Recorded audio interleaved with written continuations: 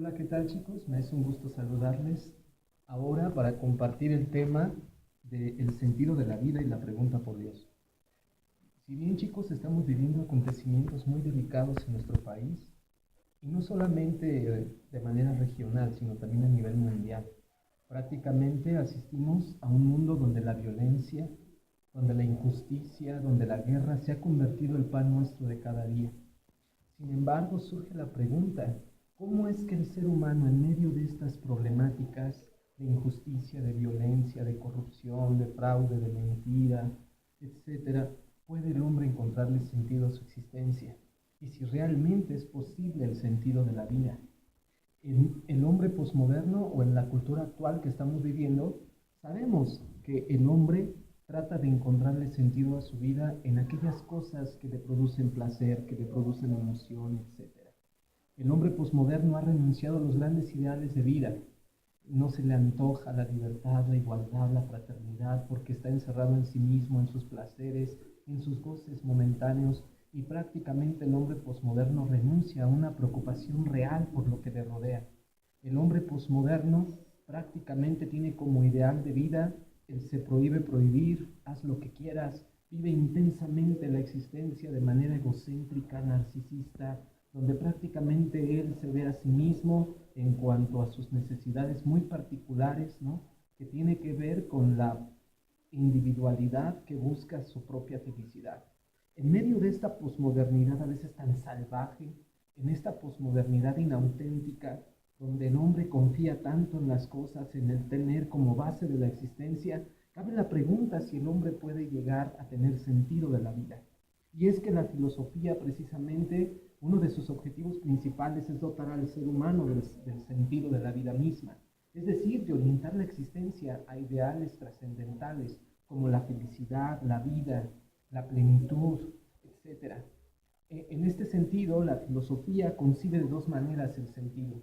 Por una parte, el sentido de la vida inmanente y por otra parte, el sentido de la vida trascendente.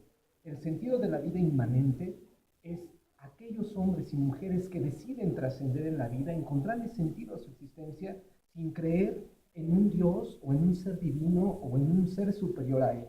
Prácticamente las personas que no creen en nada en cuestión de fe, pues encuentran el sentido a la vida en todo lo que realizan en la vida cotidiana, escribir un libro, plantar un árbol, los estudios, ¿no? Generar algún proyecto a nivel mundial, es decir, trascienden en lo que hacen. La historia de la vida se convierte precisamente en un lugar, en un espacio donde hay que dejar cosas para dejar la huella ahí en las cosas que se están construyendo.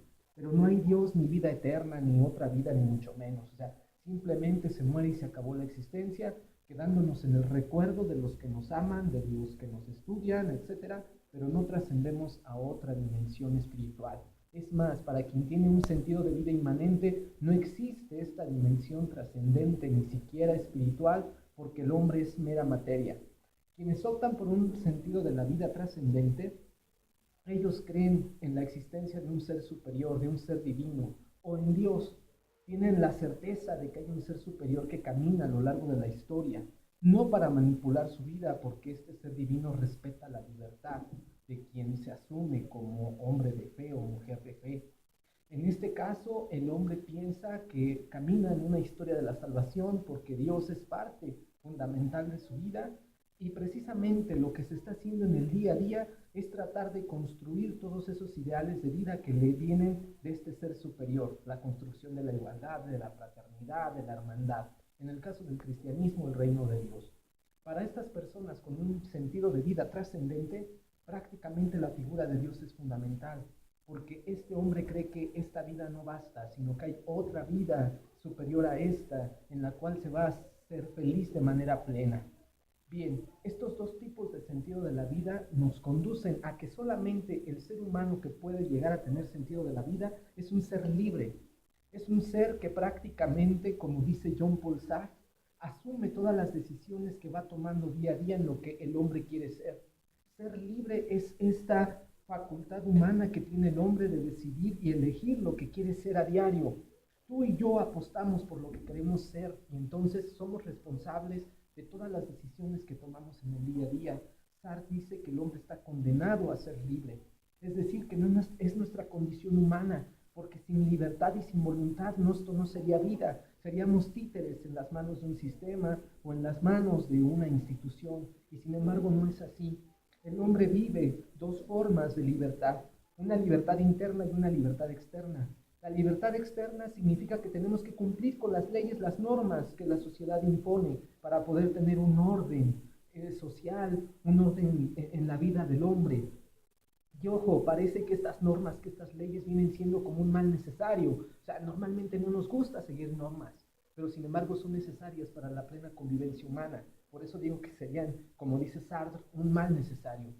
La libertad interna es aquella libertad que aún en un lugar de esclavitud plena, o en un lugar donde nosotros prácticamente tenemos secuestrada la vida, nosotros podemos ser libres en nuestro ejercicio de nuestro pensamiento, de nuestras emociones, de nuestras ilusiones, de nuestros proyectos.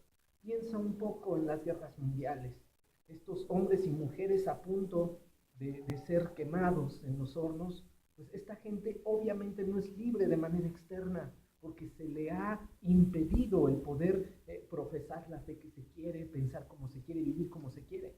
Sin embargo, en su pensamiento todavía hay libertad, la libertad de poder imaginar, ser libres, etcétera. O sea, tú puedes estar en un salón de clases y tener una libertad interna, en el sentido el maestro te está dando la sesión y tú no quieres, no te gusta, no te apetece, entonces todos los pensamientos que tú tienes de esa clase, que es horrible, que es tediosa, etcétera, que no aprendes nada, o sea, nadie puede entrar a tu interior y quitarte esa libertad. La libertad por excelencia es esa libertad interna.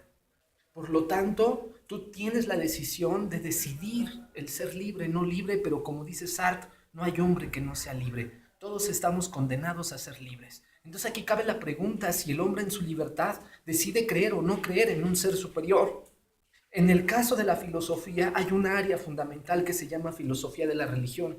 Y la filosofía de la religión trata de estudiar no solo la existencia de Dios, si existe o no existe a nivel lógico, racional, sino que también estudia los lenguajes propios de la fe, los lenguajes propios de la religión, la racionalidad propia de la religión. Y tenemos tres respuestas dentro de estas filosofías de la religión.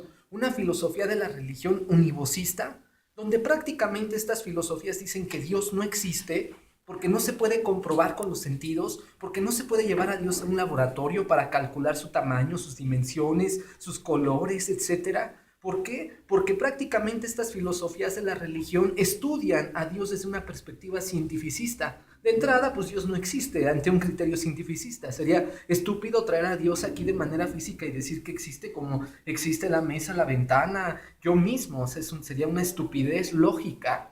De tal manera que la filosofía univocista de la religión niega cualquier lenguaje, niega cualquier posibilidad de existencia de lo divino. Tenemos otras filosofías de la religión, como las filosofías equivocistas. Estas filosofías equivocistas, a diferencia de las que acabo de mencionar, afirman que todo lenguaje y toda racionalidad es limitada para poder comprender a Dios, de tal manera que lo que se diga de Dios queda demasiado corto, el lenguaje queda demasiado limitado porque Dios es mucho más que eso. Las palabras no dan el ancho a lo que el hombre en su relación con Dios entiende Por lo tanto, estas filosofías de la religión equivocistas apuestan por el sentimiento, o sea, piensan que el área fundamental es Dios porque Dios no es una comprensión humana racional, sino es una vivencia, es una experiencia religiosa, queda a nivel de sentimiento, de emoción, de afecto, etc. Y hay una posición intermedia dentro de las filosofías de la religión que se llaman filosofías de la religión analógicas. Estas afirman que efectivamente todo lo que tiene que ver con lo divino, con la fe, es más del lado del sentimiento, de la emoción, de la afectividad, pero eso no significa renunciar a un mínimo de racionalidad. Es decir, que dentro de las filosofías de la religión hay un momento de racionalidad simbólico, analógico, poética, etc. Es decir, que el hombre de fe recurre a símbolos, analogías, metáforas para poder explicar o compartir la experiencia que tienen de lo divino. Pues bien, esas son las tres estudios que se hace de la religión en filosofía y prácticamente con esto cerramos este video de contextualización. Espero que si hay alguna duda te puedas comunicar al correo electrónico y pues que seas muy creativo en las fotografías que vas a sacar para la actividad. Que tengas un excelente cierre de semana.